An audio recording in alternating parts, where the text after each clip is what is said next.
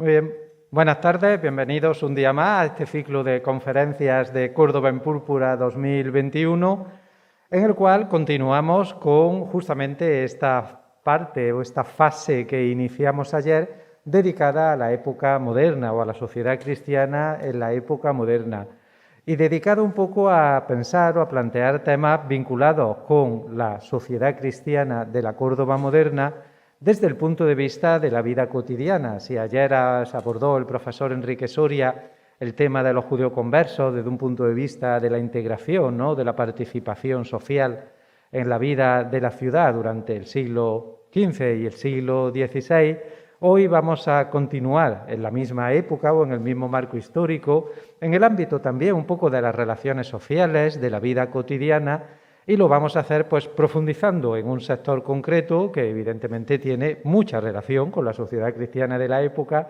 porque está formado justamente por el sector eclesiástico, es decir, por aquellos sacerdotes, clérigos, vinculados en definitiva con la Iglesia que residieron, que ejercieron su labor pastoral en Córdoba entre el siglo XVI y el siglo XVIII.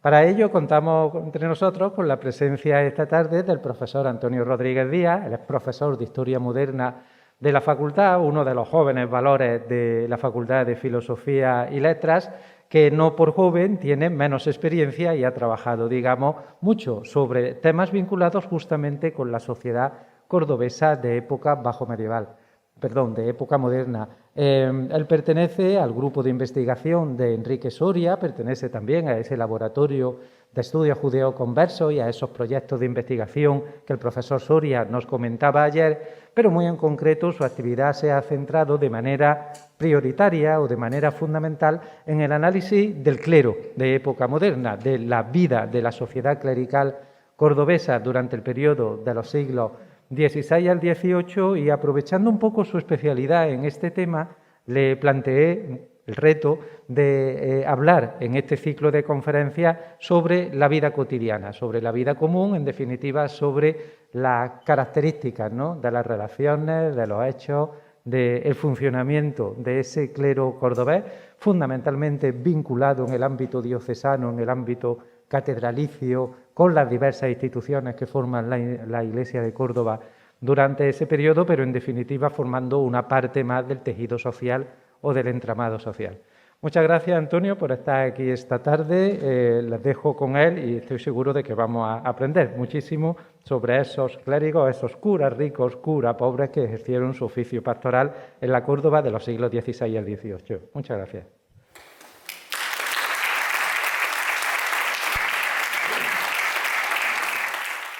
Buenas tardes a todos. Creo que se me oirá bien a pesar de la mascarilla y de otros problemas de voz de hoy. Ante todo, pues muchísimas gracias en primer lugar a Ricardo, aquí al señor decano, por organizar el ciclo y por tener la amabilidad, la gentileza de invitarme, y evidentemente también a Rafael Pérez de la Concha por no solamente el ciclo Córdoba en Púrpura, que viene celebrándose desde hace ya varios años, sino por otras tantas iniciativas que demuestran el interés del Ayuntamiento de la ciudad por no solamente la divulgación de la historia y de nuestro patrimonio, sino también por la formación para esa divulgación para los distintos agentes que están implicados en eso. Y quería en este sentido agradecerlo porque creo que es una labor encomiable. Evidentemente también gracias a todos los presentes por estar aquí en una tarde tan bonita que podrían estar dando un paseo por la ribera y han preferido estar aquí conmigo, y por supuesto también a los que nos están siguiendo en directo a través del canal de YouTube del Ayuntamiento. Efectivamente, como comentaba el profesor Córdoba de la Llave, se trata sin duda de un reto el hablar de la vida cotidiana del clero en esa larga duración de la Córdoba moderna a lo largo de esos más de 300 siglos, en realidad, no solamente en los siglos XVI, XVII y XVIII, sino que alguna cosita también he tratado para finales del XV, por ejemplo, o principios del XIX, y se trata de todo un reto que, ya les adelanto, voy a ser incapaz de cumplir, por una razón tan sencilla como es la tiranía del tiempo. Imagínense ustedes que les dijeran que en 45 minutos aproximadamente tienen que resumir nuestra vida, la vida cotidiana de los españoles hoy día. Habría tantísimos aspectos de los que tratar, desde el nacimiento hasta la muerte, que sería prácticamente una labor imposible hacer una síntesis que no dejara nada suelto. Y en este sentido, yo quiero seguir el siguiente hilo argumental a lo largo de esta conferencia, que es el que intenten ustedes ver, el intentar, si yo soy capaz de sintetizarlo, ver cómo la vida cotidiana o algunos aspectos, porque solamente veremos algunos brochazos de esa vida cotidiana del clero diocesano cordobés en época moderna, sirvió también como plataforma, como escenario a través del cual manifestar las diferencias que existían entre unos y otros miembros del clero. De ahí que haya titulado, pues con un poco de sorna, la conferencia como cura rico, cura pobre. Ya les adelanto que ni siquiera todos eran curas, ¿no? Sí que fueron todos clérigos. Estamos hablando, hablemos de las conferencias magníficas que me han precedido, de Baja Edad Media o de época moderna, del mismo marco teórico o social, si lo quieren, que es la sociedad del antiguo régimen. Es decir, estamos hablando de una sociedad cuyas diferencias se basan en el privilegio, en la distinción jurídica y no tanto económica. Pero en época moderna, como ya a través de otras conferencias habrán podido ir intuyendo, el dinero va teniendo cada vez más peso. Y esto se va manifestando más o menos veladamente conforme avancen estos siglos XVI, XVII, XVIII. Estamos hablando de una sociedad en la que las apariencias tienen un peso brutal, gigantesco. Uno tiene que parecer lo que es o lo que dice que es.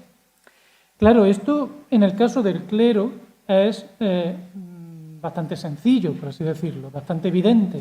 Como ya decía el profesor Lalinde Abadía, hace ya muchos años, precisamente el clero es el grupo social que antes se uniformiza su imagen, digamos, antes manifiesta una imagen unida, reconocible por el resto de la sociedad, etc. Y esta imagen que se transmite es importante que ayude a diferenciar a unos grupos sociales de los otros. Estaba diciéndoles que en el caso del clero es muy evidente esta identificación. Cualquier clérigo pues lleva su tonsura, es decir, está afeitado de la coronilla. Cualquier clérigo lleva o debe llevar, para ser identificado precisamente, sotana. ¿De acuerdo? Pero claro, el clero, que es uno de esos estamentos privilegiados y por tanto diferentes al resto de la sociedad en el antiguo régimen, es todo un microcosmos. Nada tiene que ver el obispo hijo de un duque con el pobre capellán hijo de labradores o de algo peor, socialmente hablando, un nacimiento así mucho más oscuro. Y sin embargo, todos pertenecen al mismo grupo privilegiado, todos pertenecen al clero. Es decir, que nos vamos a encontrar, esto es algo que es aplicable también al periodo bajo medieval, evidentemente, yo me voy a ceñir a época moderna, nos vamos a encontrar con que por parte de la élite local de ese clero se va a utilizar la vida cotidiana, diversas manifestaciones cotidianas, el vestido, el tratamiento, la casa, los criados, etcétera, etcétera, etcétera, como un escenario para diferenciarse del resto del común, no ya del común de la sociedad, sino del común del resto del clero. ¿De acuerdo? Bueno, aquí les he querido traer simplemente un par de ejemplos de dos clérigos cordobeses, en este caso dos racioneros de la catedral.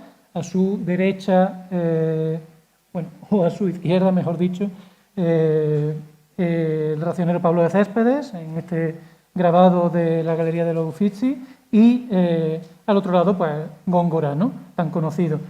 Simplemente para que vean, pues, la sotana, que se ve magníficamente aquí, en el caso de Céspedes, ¿no?, abotonada, con el alzacuellos, la valona clerical típica de estos años, o de letrado, etc. Voy a establecer dos grandes bloques en esta conferencia. En un primer lugar, vamos a analizar cómo se manifiestan esas distinciones, esas diferencias entre unos clérigos y otros en la vida pública, es decir, en la escenificación de quién soy en la calle, en la iglesia, etc. Y por otro lado, en la vida doméstica, en mi casa, con mis criados, los ornamentos que tengo en mi casa, etcétera, etcétera, etcétera. Y no he querido dejar de traerles este pequeño fragmento de los autos previos de la apertura del testamento del tesorero don Antonio de Corral. Sus casas están aquí cerca, son el actual restaurante, no sé si es Almedina o Almudaina, aquí al lado del Campo Santo de los Mártires, con el escudo de los Corrales encima, muy reconocible. Porque en tan breve espacio resume muchas de las cuestiones que son manifestaciones de estas diferencias, ¿no? Por ejemplo, cuando dice, se trata a sí mismo, ¿no?, de el muy, o lo tratan, el muy reverendo y magnífico señor don Antonio de Corral, tesorero y canónigo. Y está firmado este documento con el sello de sus armas que en sus manos, es decir, en su anillo, tenía. No es algo baladí. Si estábamos hablando antes de que todo el clero forma un conjunto homogéneo, todos son iguales ante el privilegio eclesiástico, todos son eclesiásticos, nada hay menos distinguido que ser igual que todos. Es decir, lo que se va a buscar es muchas formas de diferenciarse, porque las diferencias lo que sirven es para distinguir, y ese hecho de distinguir te hace distinto a los demás, pero también te hace distinguido, ¿de acuerdo?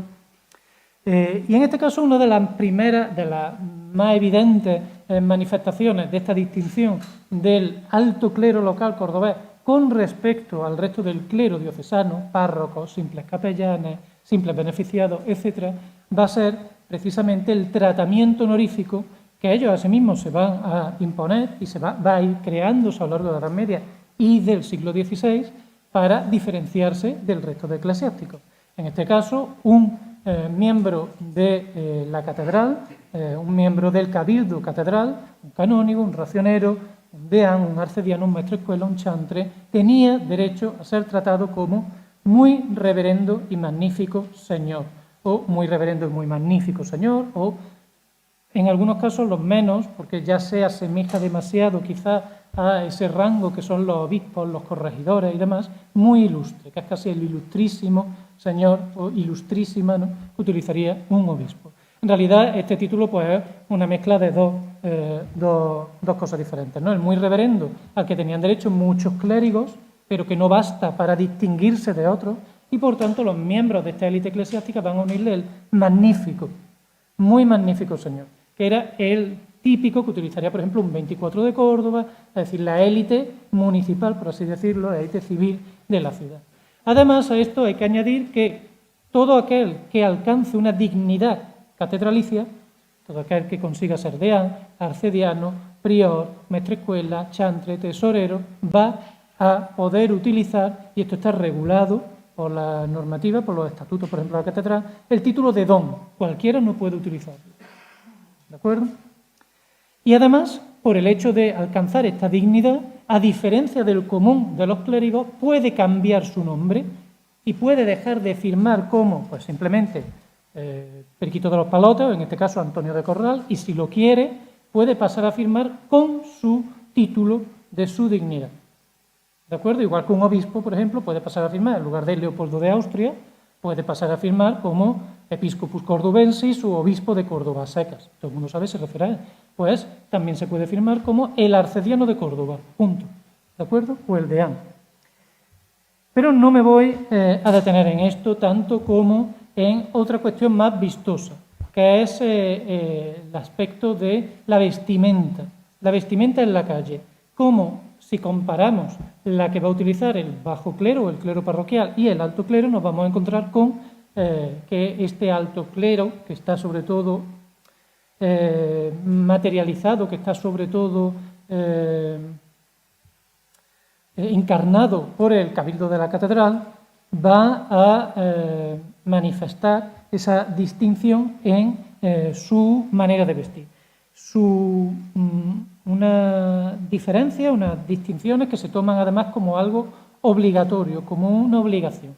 Es decir, no utiliza un canónigo, un racionero, un arcediano frente a la manera de vestir de un capellán o un párroco determinadas prendas lujosas solamente porque sí, porque pueda permitírselo por una cuestión económica, sino que también esto se entiende como una obligación. Tienes que manifestar tu estatus para que los demás te identifiquen como miembro de ese nivel social. ¿Cómo recoge? Perdón, esto no lo dice Juan López, eso se me ha ido de ahí, esto lo dicen los estatutos, ¿vale?, de Fresneda, de la Catedral, que tienen que hacerlo así porque son ellos los que están puestos en los mejores lugares, son la aristocracia eclesiástica, la mejor parte. Son mejores que los demás y por eso tienen privilegios como clérigos y son mejores que el resto del clero. Y más a vista, están ellos más a vista, son más visibles de todo el pueblo, porque no van por la calle, por otras partes. ¿Cuál va a ser esta vestimenta? Pues esta élite eclesiástica se va a diferenciar del resto del clero por dos vías. Por un lado, porque van a recurrir a, digamos, vestimentas exclusivas, es decir, vestimentas que otros no deben utilizar, pero también porque van a recurrir a vestimentas lujosas, o sea, vestimentas que otros no pueden permitirse. Aquí estamos hablando de una cuestión económica también, como les dije, el peso de lo económico se va haciendo cada vez más visible, aunque estamos hablando de una sociedad que las diferencias son jurídicas, de estatuto, de privilegio, pero también estamos hablando de esa cuestión de estatuto, porque va a haber vestimentas que directamente quedan prohibidas a otros miembros del clero. En cuanto a lo primero, esas vestimentas de más lujo, digamos, nos encontramos con que esa élite eclesiástica local cordobesa va a sumar prendas a su hábito coral, a su hábito litúrgico, a sus hábitos talares, ¿de acuerdo? Si donde nos encontramos pues al resto del clero, de los clérigos seculares, con su sotana, si quieren y cuando deban, evidentemente, pues estén, por ejemplo, impartiendo sacramentos, vestidos con la sobrepelliz. Ahora les mostraré algunas imágenes de esto. Los miembros del Cabildo de la Catedral van a añadir a esto otras prendas. Por ejemplo, aquí en este otro grabado del racionero Pablo de Céspedes, el pintor, se ve bastante bien, aunque vamos a ver muchos ejemplos más. Cómo el Cabildo va a regular que va a haber dos trajes diferentes, todos a cada cual más lujosos, por el cual un canónigo, un racionero, un deán, un miembro de esta élite eclesiástica va a ser muy fácilmente reconocible por la calle. Y es que sobre la sotana, ¿de acuerdo?, sobre la sobrepelliz, lo traigo aquí apuntado para que no se me olvide, del Día de Difuntos al Viernes Santo, es decir, básicamente otoño-invierno, ¿vale?, van a ir vestidos con la sobrepelliz, que ahora verán que aquí no aparece porque no se le ve al racionero Pablo de Céspedes, con la capa de coro, que es una capa muy larga, imitación un poco de la capa magna que pueden llevar un cardenal, un obispo, que normalmente estos prelados la llevan sostenida por un caudatario, por un acólito, por un paje, ¿no?, digamos, que se la lleva, o por varios. Los canónigos, los deanes, esta élite eclesiástica local va a intentar imitarlo, esto, y encima de esa capa de coro, que suele ser de un material rico, un buen paño de lana, un raso de seda, normalmente suele ser más de paño en invierno que de raso, y que tiene unas colas muy largas, van a llevar una capilla o capillo, capirote, perdón, que es esto que ven ustedes aquí. Es decir, este señor lleva en la capa, que la lleva recogida, aunque no se ve bien, recogida sobre un brazo, ¿de acuerdo? Todos los miembros está estatuido incluso cómo hay que ir con la capa recogida, tiene que ser el lado derecho sobre el lado izquierdo. Van a ver que esto se va a repetir en los cuadros ahora cuando lo veamos. Encima lleva este capirote, que es una imitación un poco de las mucetas que llevan los cardenales o los obispos con su capucha, digamos, que cae por detrás. Normalmente cae el capirote como hasta la cintura y por detrás como hasta media pierna.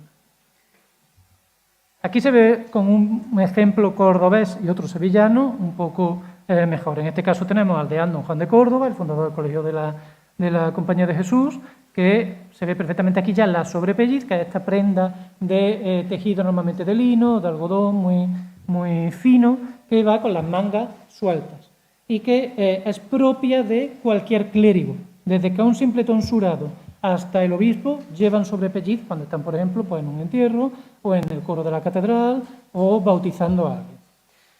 ¿Cómo va a diferenciarse de otros que puedan llevar sobrepelliz? Los clérigos de este nivel más alto, pues sencillamente haciendo las sobrepellices mucho más ricas, por ejemplo, con más bordado o material un poco más tejido, un poco más exclusivo. Y aquí vemos pues encima de la sobrepelliz, la capa, ¿no? Y no se ve muy bien este capillo capirote que aquí en el caso del retrato del canónigo Miranda, sevillano, por Murillo, sí que se expone en el Palacio de las Dueñas, sí que lo pueden ver bastante mejor, ¿no? Como decía, encima de la sotana, la sobrepelliz, sobre la sobrepelliz. Este es el hábito coral sevillano, pero muy parecido al cordobés, casi idéntico. Encima de eso, la capa, que está recogida, como les digo, desde el lado derecho hacia el izquierdo siempre, salvo que en algunas ceremonias especiales que las llevan llevadas por pajes, ¿no? O sueltas, el bonete típico eclesiástico y el capirote, que es esta prenda de aquí. Otros casos más cordobeses, los que no me voy a detener, estos ejemplos son los dos arcedianos, tío y sobrino Medina. Este último de aquí quizá le suene un poco más, es el que da nombre a esta calle, que está aquí, Medina de Corella, antigua calle de la Convalecencia, que es el fundador del Monte de Piedad, futuro Caja Sur. De hecho, se recoge incluso en las actas capitulares a lo largo del siglo XVI, en que se va a ir normativizando, regulando cómo tienen que ir vestidas estos miembros de esta élite eclesiástica para diferenciarse de los demás. ¿Qué se puede hacer? ¿Qué no? Pues no pueden ustedes llevar en el siglo XVI los típicos pendientes que se ponen de moda en los hombres, o no pueden llevar la melena muy larga por debajo de las orejas, etcétera, etcétera. Y se regula incluso cómo tienen que traer pues, las sobrepellices o las capas, que no las traigan alzadas por pajes, que es lo que dice, porque se van a aprovechar muchos de ellos para ir incluso por la ciudad. Hay denuncias de que van así vestidos a la carnicería, y esto es literal, pues porque es una manifestación de estatus, ¿no?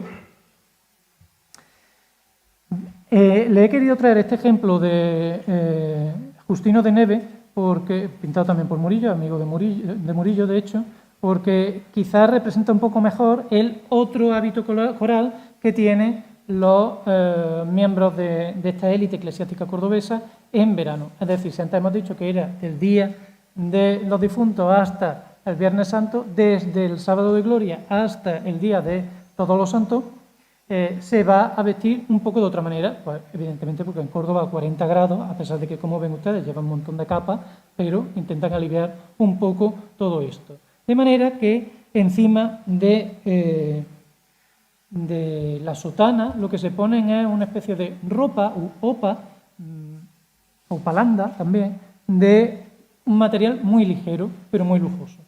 Un raso de seda o raja de Florencia o algún otro, un fililí quizá, con una mezcla procedente del norte de África, de mezcla de lana y de seda, pero una lana que no da calor, ¿no? Va abierta, como ven ustedes, que lleva aquí Justino de Neve. Encima de esto, don Justino o un canónigo de Córdoba se colocaría encima la sobrepelliz, lo cual tiene sentido, porque claro, la opa o la ropa, que es esta prenda que lleva encima de la sotana, que asoma la manga de la sotana por aquí, no deja de ser sino una derivación de esa pelliza o piel medieval, que era otra prenda de ropa, y por tanto la sobrepelliz se coloca encima. Se coloca encima la sobrepelliz y encima de esa sobrepelliz se coloca una capilla, que aquí no lleva, pero del estilo de las que hemos visto antes, ¿no? Que son estas las que... Perdón.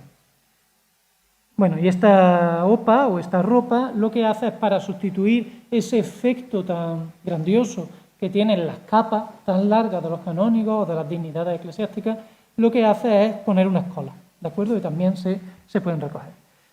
Es decir, van a añadir, van a poner aditamentos al hábito normal, oral, litúrgico de cualquier otro clérigo. Pero también nos vamos a encontrar con que van a optar por distinguirse con prendas exclusivas. Es decir, no lo que otros clérigos no puedan permitirse por una cuestión de dinero, porque en ese caso sí que nos vamos a encontrar con miembros del bajo clero que, aunque solamente sea párroco, a lo mejor tiene mucho dinero por patrimonio o lo que sea, se puede permitir, en el caso, vivir al nivel de un canónigo o de un miembro de la élite eclesiástica. Pero no va a poder utilizar determinadas prendas que van a ser exclusivas de los miembros de estos cuerpos de la élite eclesiástica, que son los cabildos, como es el caso del roquete. Me he traído aquí el ejemplo del Greco que pinta el cardenal Niño de Guevara, porque esta prenda, de hecho, el roquete, que es esto que ven ustedes debajo de esta muceta preciosa de moaré de seda, que se ve perfectamente el ejemplo, el efecto tornasolado del moaré, lo que se van a encontrar, esto que asoma por aquí, a estas mangas y a estas faldillas, es el roquete, esta pieza que es algo parecida al sobrepelliz, pero que solamente pueden utilizar los prelados, obispos, el papa, cardenales, arzobispos y los miembros de estos cabildos de las catedrales de las ciudades, como es el caso de Córdoba. A diferencia del sobrepelliz, tiene la manga entera y un poquito más corta, y además la sobrepelliz puede llegar hasta el suelo, y además es muchísimo más rica. En los inventarios a veces es una cosa asombrosa la cantidad de filigranas y de maravillas textiles que se llegan a hacer con esto. De hecho, es curioso que a veces, y le he querido traer un ejemplo de esto, queda mucha más impresión, señal de que funciona bien, de esta imagen en el recuerdo de los individuos que de otras cuestiones. Le he traído aquí la testificación del capellán Lorenzo de Quesada en la segunda mitad del siglo XVI, en que le están preguntando en realidad por una cuestión de limpieza de sangre. Si este señor, por el que preguntan, un canónigo de Córdoba, era limpio o no de sangre, descendía o no de converso. En este caso descendía, y era súper notorio. Cuando estoy hablando de que descendía no es una ascendencia lejanísima, sino que sus abuelos se habían convertido y tenía primos hermanos viviendo allende como judíos, ¿no? Es decir, que es una cosa palmaria. Pero no se acuerda este hombre de gran cosa, sino de la imagen, en cambio, que daba cuando iba de visita a su hermano a la catedral de Jaén. Y decía, ha habido muchas veces venir de Córdoba a la Santa Iglesia de Jaén al dicho Martín Hernández de Salazar, el cual era un hombre de muy buena persona, bermejo, ojizarco, y traía sobrepellices labradas de algodón de punto real que había que mirar. Es decir, que este señor, les traduzco a ustedes a un lenguaje más contemporáneo, era un hombre muy atractivo, porque lo de buena persona no se refiere aquí a que moralmente su catadura sea excepcional, sino que era un señor guapo, digamos, rubio, con los ojos azules, y iba con una sobrepelliz y unos roquetes, pues que claro, que había que mirarlo, y a su paso murmuraban los demás clérigos, capellanes, que no podían llevar esos roquetes, que no podían llevar esas vestiduras, y decían, este es el canónigo Martín de Salazar, que viene tal y cual. De hecho, con quien trujo pleito el cabildo, y le pregunta, ¿y qué pleito? No me acuerdo, nada más que de las sobrepellices. Eso es lo que responde Quesada. Aquí tienen un ejemplo extraordinario de sobrepelliz. Los demás clérigos también llevan, el entierro del señor de Orgaz, del Greco. Probablemente parece una muselina, es casi transparente, y como ven, las mangas son grandes y no llegan a los puños, ¿no?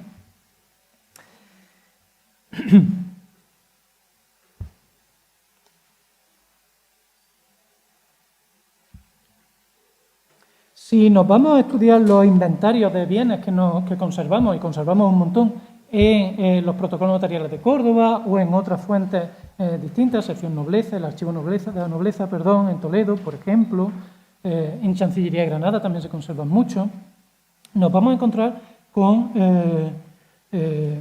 que el alto clero además se va a distinguir también en su ropa cotidiana, no en la ropa talar o en la ropa, el hábito coral, etcétera, sino que también cuando ellos salen pues, de caza, de viaje, al campo, también se van a intentar distinguir ahí del resto del clero diocesano.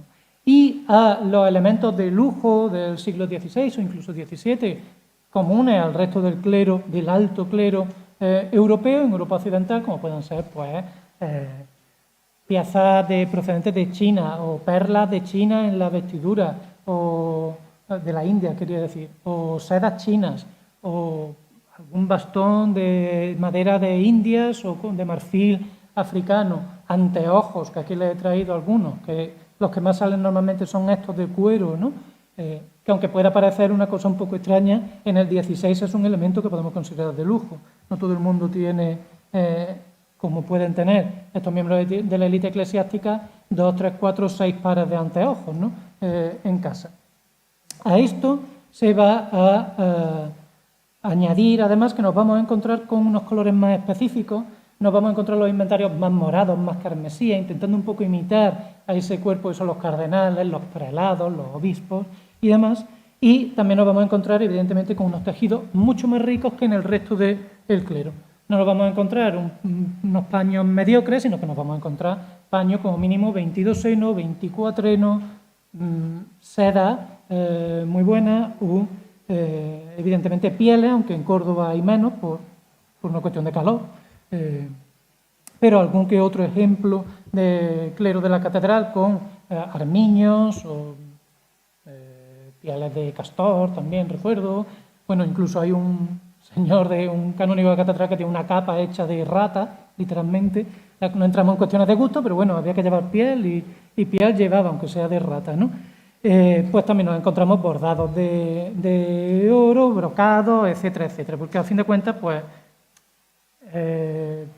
recordando un poco las palabras de Enrique Soria, no se compraba ropa, se adquiría estatus, ¿de acuerdo? Es algo más. La ropa, de hecho, no nos vamos a encontrar en estos inventarios de bienes ni del alto clero ni del bajo clero, en el caso de Córdoba, joyas, o raramente.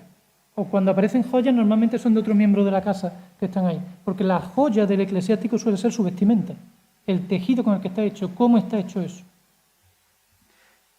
De hecho, se va a recurrir a distinguir esa vestimenta de dos maneras. O bien recurriendo a adaptaciones, digamos, de motivos y tejidos, es decir, cojo motivos típicos chinos, por ejemplo, o tejidos hechos en China, o directamente encargo en China o en la India una ropa o una pieza textil que es propia del eclesiástico, ¿de acuerdo? Como por ejemplo estos ejemplos de casullas chinescas, ¿vale? De China. A veces incluso se manda el que quiero que aparezca iconográficamente, ¿no? O bien, o se utiliza otro tipo de materiales, ¿no? Moriscos también, etcétera. O bien nos vamos a encontrar con aditamentos a esa forma de vestir que no son propios, no son comunes al común de los eclesiásticos. Y el común de los eclesiásticos viste en la calle, cuando no viste con su hábito coral, digamos, como ustedes podrán más o menos imaginarse por otros retratos y por otras imágenes. Aquí me he traído una imagen de un retrato de Moroni, que es un fantástico retratista italiano del 16, en este caso un canónigo, que se ve pues la ropa, ¿no?, forrada de raso, y el típico bonete, que es el tocado típico del eclesiástico. Esta imagen es contemporánea ya, es del principio del 19, pero del canónigo Cebrián de Morelló, Liñán y Morelló, pero me la he querido traer el detalle para que vean el típico el típico bonete que aparece más en los inventarios cordobeses, que no es tanto este más suave, por así decirlo, sino el de puntas, ¿vale? O sea, el típico tocado de un clérigo, sobre todo de un canónigo, pero lo que vamos a... Bueno, aquí tiene un magnífico ejemplo de roquete también, otro canónigo. Pero lo que van a hacer estos miembros del alto clero para diferenciarse de los demás clérigos, va a ser precisamente el añadir el elemento del exotismo. ¿Por qué? Porque el exotismo nos recuerda a lo lejano, a lo diferente, y todo eso, y lo diferente pues nos hace distintos, y lo distinto te hace distinguido. Bueno, me voy a saltar esto. Un ejemplo de un becoquín, que es una especie de solideo, ¿de acuerdo?, que suele tener como una orejera para tapar, llega hasta la sien y tapa las orejas. Me lo he traído porque aparece mucho en los inventarios, pero es que aparece mucho en los inventarios también asociado con alaremes. Los alaremes son tipos de turbantes, almaizares también se van a utilizar muchísimo. Son turbantes que, aunque les parezca extraño, utilizaban mucho los miembros del alto clero cordobés, clero local, canónigos, arcedianos, deanes, racioneros, para diferenciarse del común. Porque yo, don Diego de Mendoza, arcediano, canónigo e inquisidor, me puedo permitir vestir a la morisca. A lo mejor un morisco no, es una cuestión curiosa, ¿no? Pero es lo que es una rareza o una cosa sospechosa en alguien del común, pues es simplemente una excentricidad o algo distinguido en una persona de un estrato social alto, ¿no?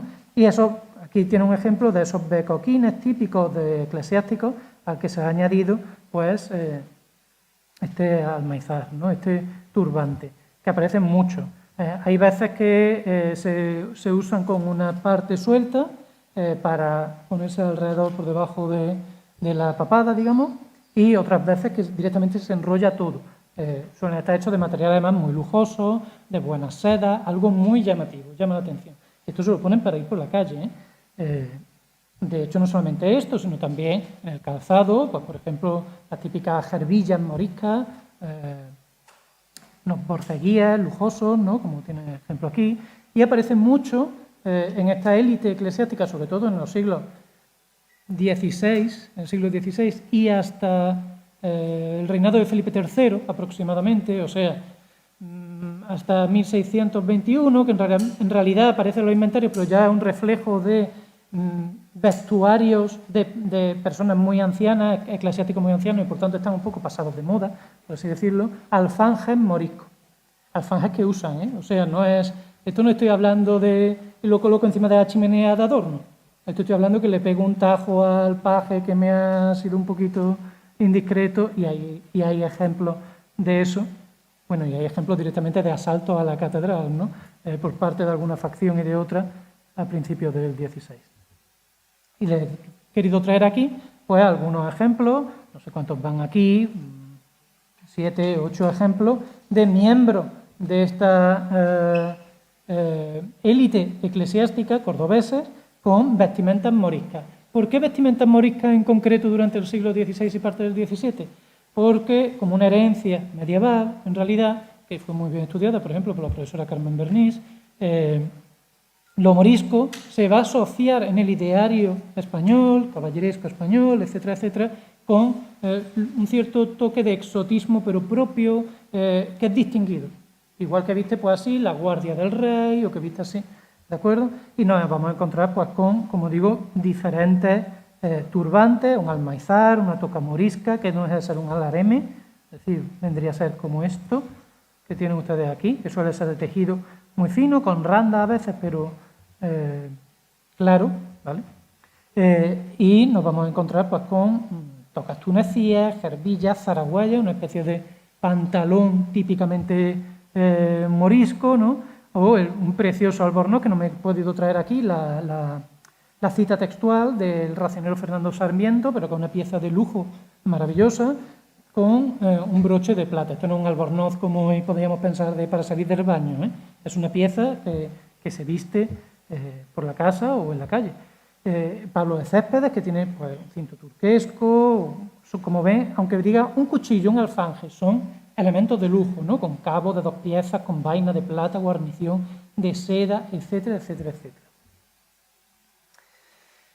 Otro elemento importante de la distinción de estos, por parte de estos eclesiásticos, de miembros del alto clero sobre todo, va a ser la locomoción, los medios de locomoción, los medios de transporte.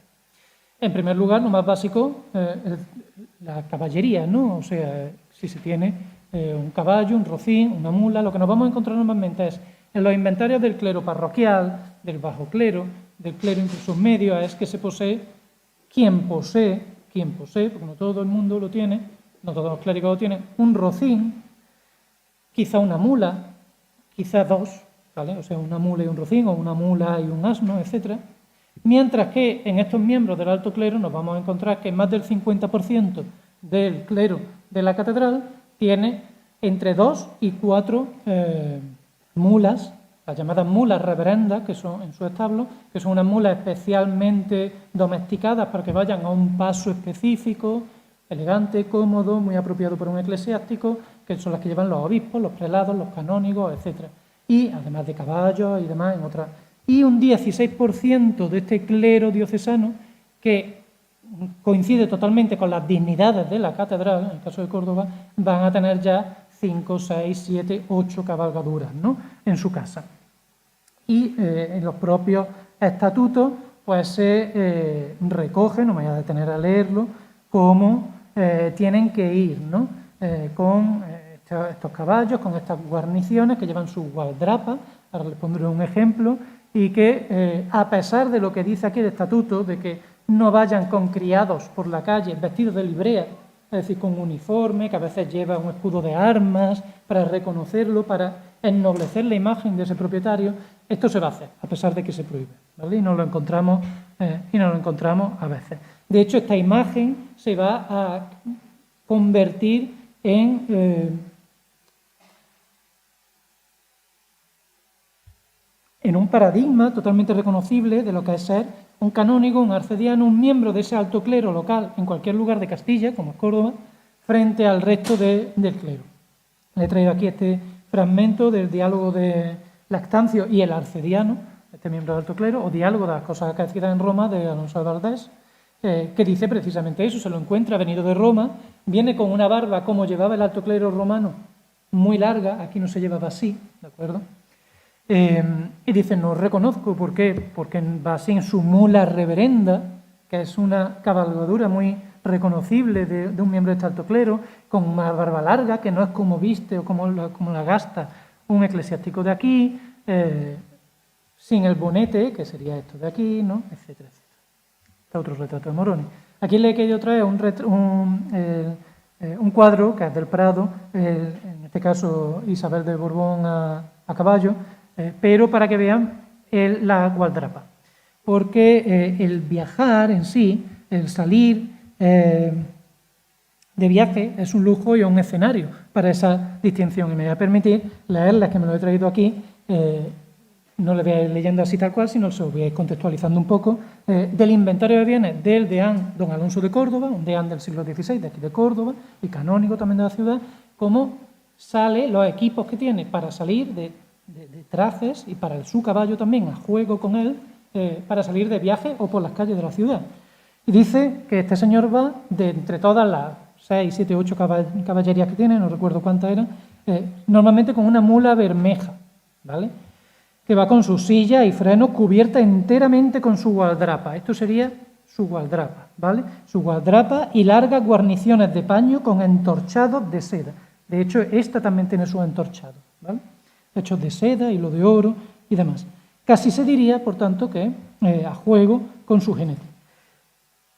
Pero para no mancharse, porque así va por la ciudad, para no mancharse cuando sale de camino, por los caminos esos enzangados, llenos de polvo, etcétera, como los de la Andalucía o la Castilla del siglo XVI o XVII, tiene otro juego diferente.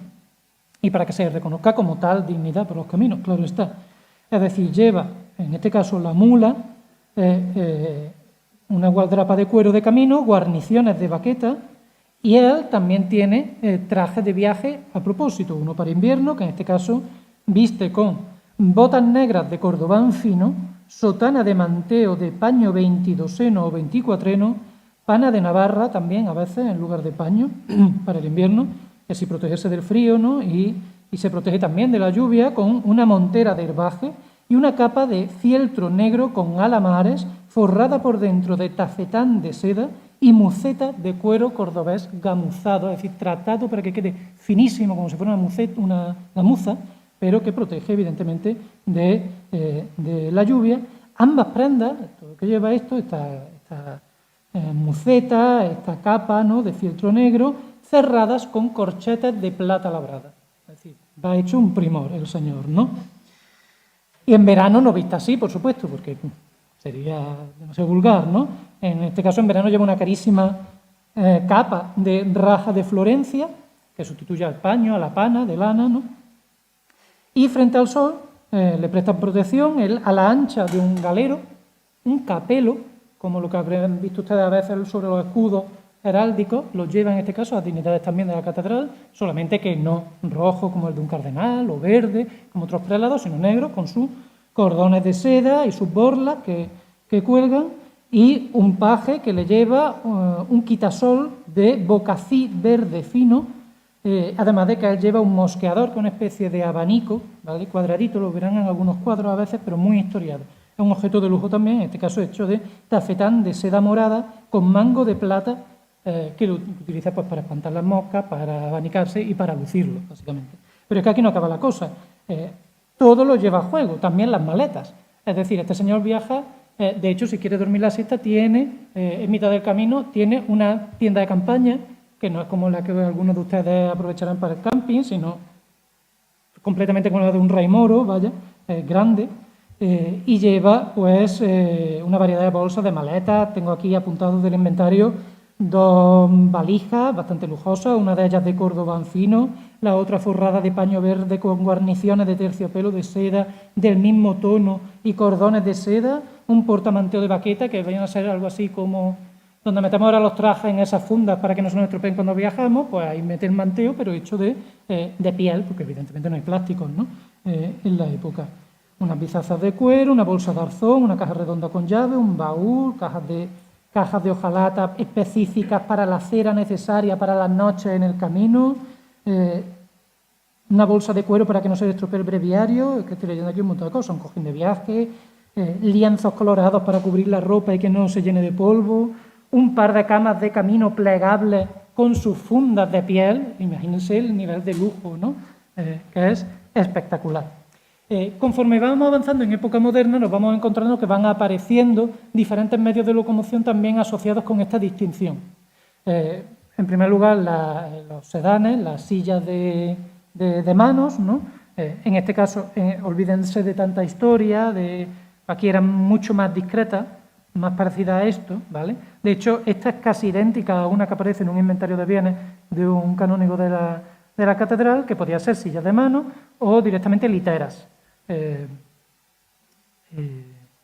eran llevadas por caballería y no por personas, no por criados. Esto lo he estudiado muy bien junto con los coches y las licencias de coches, que también se van a utilizar solamente por estos miembros de la élite eclesiástica, porque hay que obtener licencia de Madrid, y Madrid solamente da licencia para tener estos coches pues a miembros de los consejos, Madrid, corregidores, más raro a regidores, ni siquiera todos los regidores de las ciudades de Córdoba, por ejemplo, pueden tener licencia para coche o los tienen, sin embargo, canónigos y dignidades de la catedral sí. Y esto es un signo de distinción con respecto al común de los clérigos.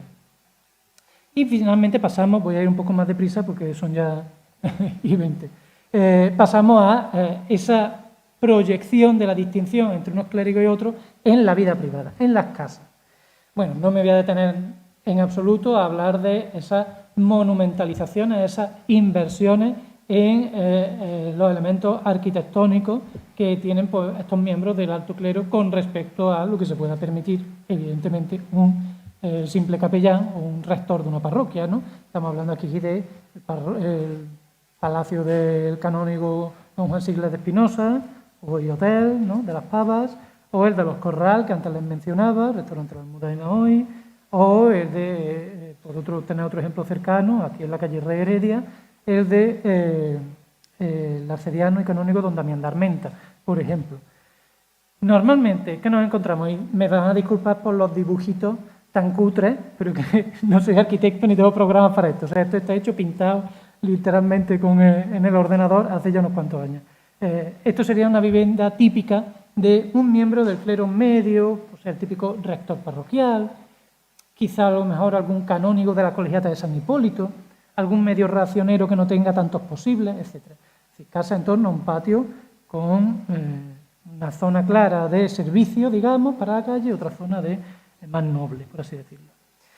Este está un poquito mejor. En este caso es una casa en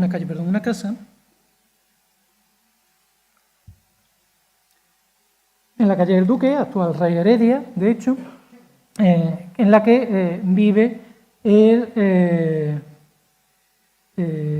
un racionero de la catedral. En este caso sabemos pues, que vive este racionero, Andrés Fernández de Barrio Nuevo, con sus criados, con su barragana, con su amante, aparece recogida, de hecho sabemos incluso, se llama Isabel de León, y con los 3, 4, 5 hijos sacrílegos que tiene, y que aquí vemos ya una vivienda más típica de este clero medio alto de la ciudad, que son viviendas, pues, como ven, con dos partes compartimentadas muy claras, una zona de servicio o dependencias de la calle, como puede ser la casa puerta, muchas casas antiguas de Córdoba siguen estando así, con la caballeriza a un lado, un patio de entrada.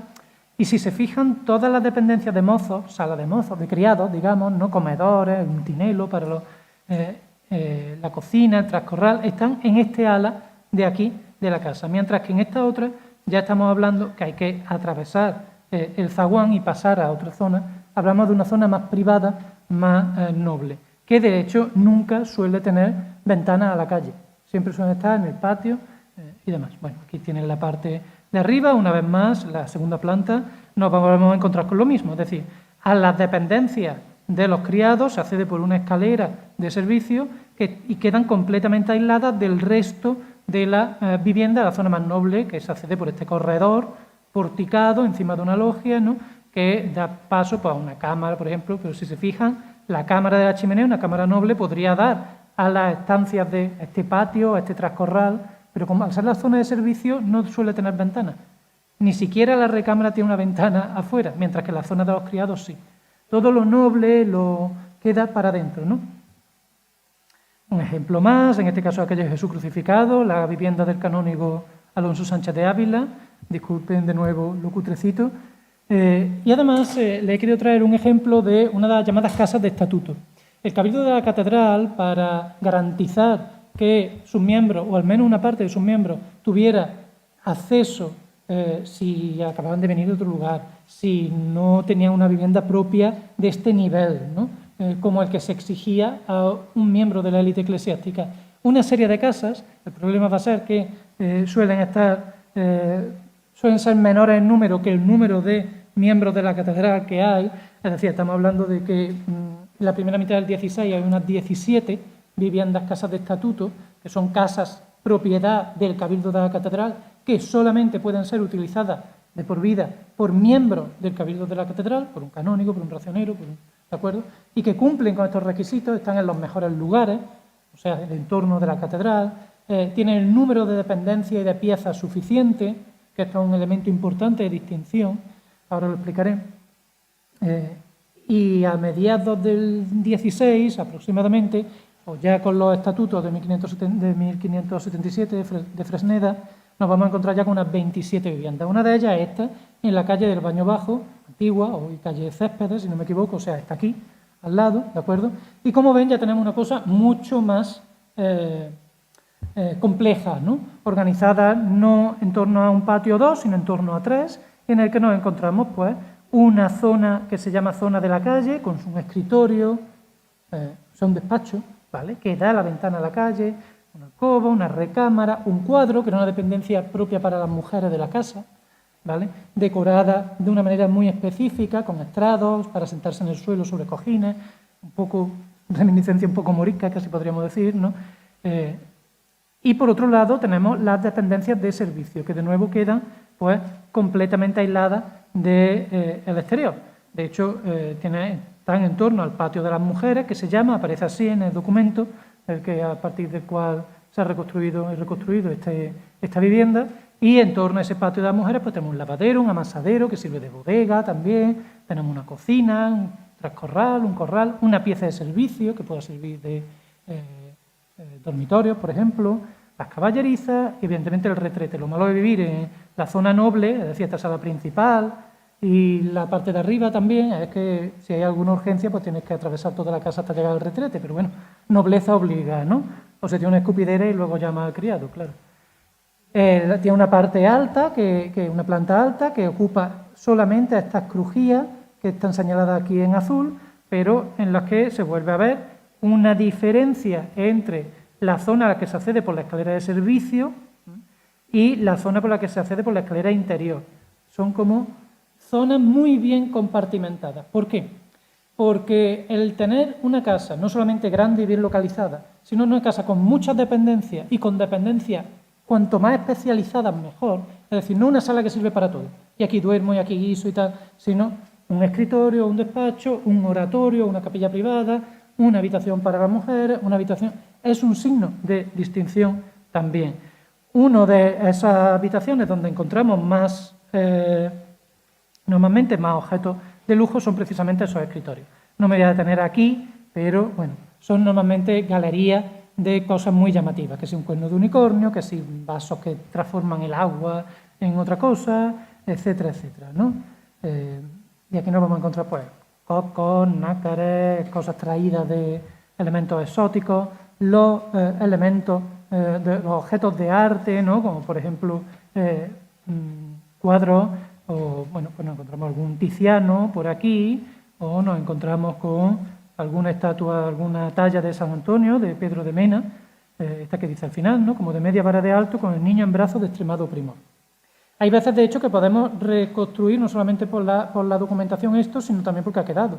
Por ejemplo, en el caso de la capilla de Santa Úrsula, ¿no? Aquí de la catedral, sabemos que se hace por encargo de este señor, el doctor Miguel Bermúdez, que es dueño de 68 cuadros, muchos de ellos italianos, los trae él de Roma directamente, y lo que hace es indicar dónde quiere que coloquen esos cuadros que tienen en su casa, en su retablo, que son estos que tienen ustedes aquí. Y aquí en la casa también se muestra la temática exótica que vimos antes, sobre todo esa temática morisca y demás. Le he querido traer solamente un par de ejemplos. Ese cuadro que tiene el arcediano don Diego de Córdoba, que es el retrato de la turca Serenia, no sabemos cómo sería. O este que tiene el beneficiado, en este caso, aquí no estamos hablando de un miembro del alto clero local, pero sí que es hermano, sobrino, tío de racioneros, de miembros de... Es decir, que tiene un cierto nivel. Como es un retrato de Solimán o una pintura esta de lienzos de monos barberos, que se ponen de moda en el siglo final del XVI, sobre todo en el siglo XVII, se suelen hacer en Flandes. Tiene una lectura política flamenca, pero aquí no tiene ninguna lectura política más allá de... Pues son cuadros de monerías que aparecen, ¿no?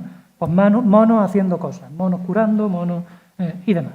Y finalmente, y voy a terminar con esto, evidentemente una parte de una de esas manifestaciones de la distinción social va a ser quién tiene más criados, quién tiene menos criados y, evidentemente, quién tiene más esclavos y quién tiene menos esclavos.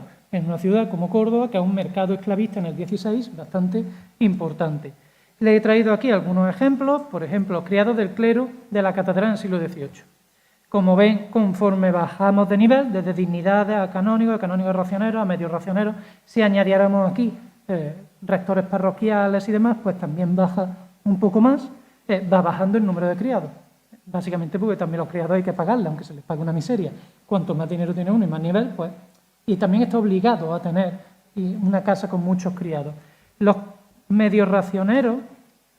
los racioneros van a intentar imitar mucho a los canónigos, porque son, digamos, el nivel medio que intenta subirse a la élite con sus criados. Pero ¿cómo lo hace? No lo hace pagando a más clérigos varones, porque son más caros, porque cobran más. Un cocinero francés en el 18 te cuesta mucho más caro que una fregona que no sabes ni el nombre. Entonces lo que hacen es contratar a más mujeres criadas. Por eso esta diferencia, ¿no? 5,6 pero 2,9 varones, 5,5 tienen casi el mismo número de criados, pero muy pocos varones, porque el varón cobra más. Y evidentemente, con esto ya termino de verdad, el servicio de esclavos, con elementos absolutamente de distinción, de lujo. No están tanto para trabajar ni para deslomarse trabajando en casa, ni mucho menos, como la distinción que puede aportar y acompañado con, en mitad de Córdoba, un señor de piel negra, o que es indio, o que es turco, o que es berberisco por la calle, ¿de acuerdo? Le he traído aquí un porcentaje, ha hecho a partir de un estudio que he hecho sobre unos 50 clérigos cordobeses entre 1540 y 1640 propietarios de esclavos, en el que, como pueden ver, el 66% son dueños de un esclavo, 2 a lo sumo, el 30% tienen ya 3 o 4 esclavos y una excepción, que es el 4%, que tienen 5, 6, 7, 8 o más esclavos. ¿Quiénes son este 4%? Normalmente dignidades de la catedral, con alguna excepción. Por ejemplo, aquí tenemos a Diego de San Juan, es un simple beneficiado de la parroquia de Omnium Sanctorum. Es decir, lo que hoy sería al lado de la Cámara de Comercio, en la plaza esta Ramón y Cajal, ¿no? Pero que tiene pues, a Lorenzo, Morisco, etcétera, ¿no? Herrado en un rostro, con una marca típica de los esclavos, con una S y un clavo, ¿no? Claramente, S y clavo, esclavo. Cualquiera lo ve y sabe reconocer que ese señor es un esclavo, ¿no? Y tiene pues varios esclavos de diferentes, negra, mulata, blanco, porque llama también la atención eso, ¿de acuerdo? Claro que Diego de San Juan no es un simple miembro del bajo clero, aunque pueda parecerlo, sino que es un señor muy rico, un enorme prestamista y usurario también, de una familia conversa, con mucho dinero, en este caso a él personalmente. De hecho, él es primo hermano del primer cardenal cordobés y de los jesuitas, don Francisco de Toledo, es el que da nombre a la plaza Cardenal Toledo. Bueno, y en algunos casos, pues los esclavos, les he querido traer solamente 2 ejemplos aquí de cómo no se les tiene, pues porque pueden hacer gran cosa en la casa, porque este, por ejemplo, del Arcediano de Castro, don Gonzalo Flores de Carvajal, este mulato llamado Alonso de Orozco, sabemos que durante toda su vida, hasta que es vendido en 1574, porque ya no sirve, viene a servir en la casa del Arcediano poco menos que de bufón o algo así. De hecho, lleva un cartel colgado del cuello que dice majadero, porque está mal de la cabeza el pobre hombre, ¿no? ¿Era una vida esta de los esclavos en el caso del clero cordobés dura? Pues a nivel general no, pero depende también de quién te toque como amo. Hay veces que nos podemos encontrar pues, cosas que a uno se le encoge el alma, ¿no? Como por ejemplo el arcediano y canónigo don Diego de Córdoba de Mendoza, este que tenía cuadros moriscos y tal, que era inquisidor también, que de sus 4 esclavos manda a vender a uno, porque se le encarta, blanco de 22 años, berberisco, llamado Fernando, y quiere específicamente que lo vendan, y dice, para que sirvan las dichas galeras de su majestad todos los días de su vida y no pueda salir de ellas. Como ejemplo así, pues bueno, no se puede encontrar también que lo dedican a las minas de mercurio, cosas así para que muera allí. Pero aquí ya nos estamos encontrando con cosas raras. No era lo normal en el caso de la propiedad de esclavos por parte del clero diocesano y específicamente del alto clero sobre todo.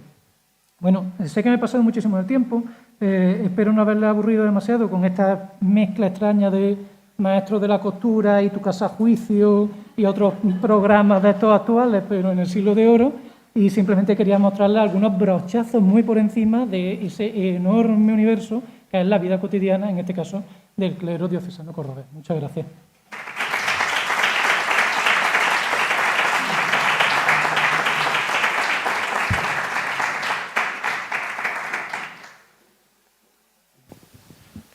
Bueno, en primer lugar, agradecerle y felicitarle la conferencia, muy interesante.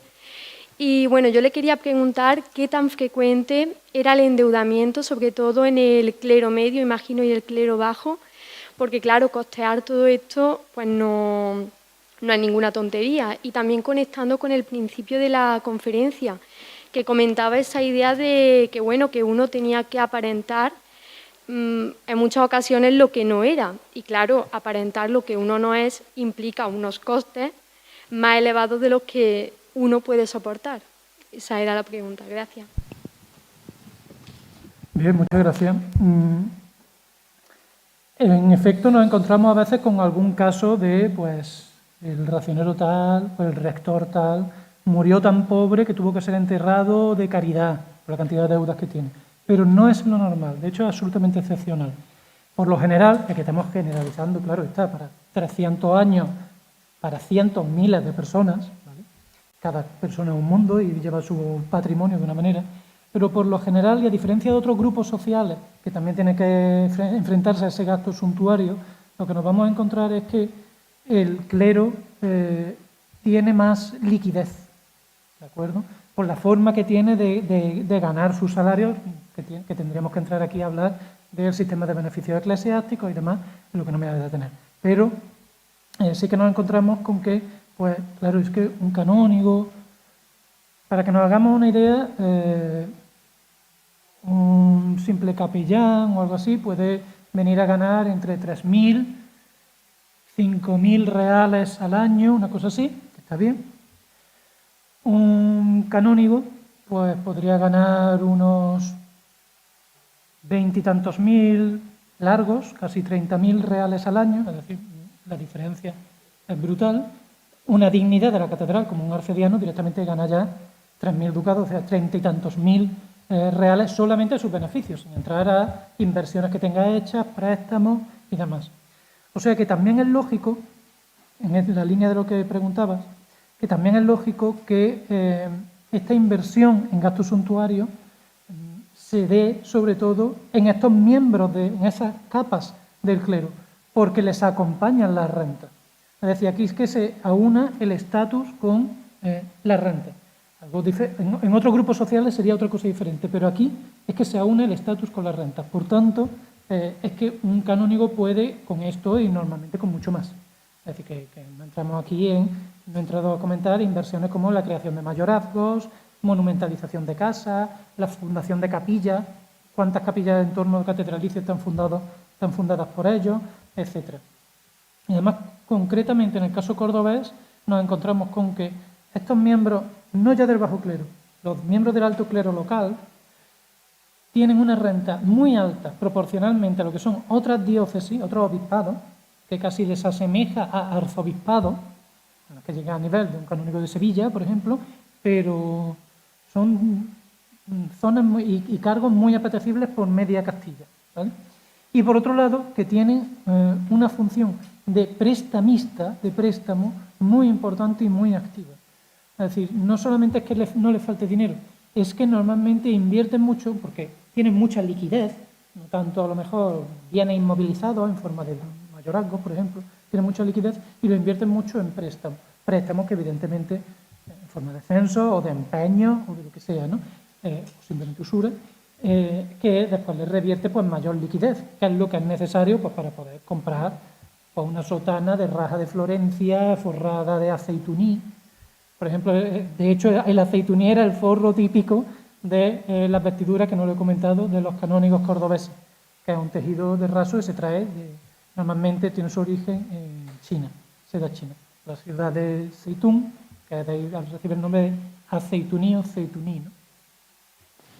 Bueno, dos cosillas, una reflexión y una curiosidad. La reflexión es que realmente todo lo que has comentado, verdaderamente se nota un poco la búsqueda de esa diferenciación social en una parte del clero tanto equivalente a la nobleza, ¿no? A la sociedad aristocrática, buscando mucho ese relieve social por los mismos factores, ¿no? O a través, digamos, de los mismos instrumentos de tipo social, ¿no?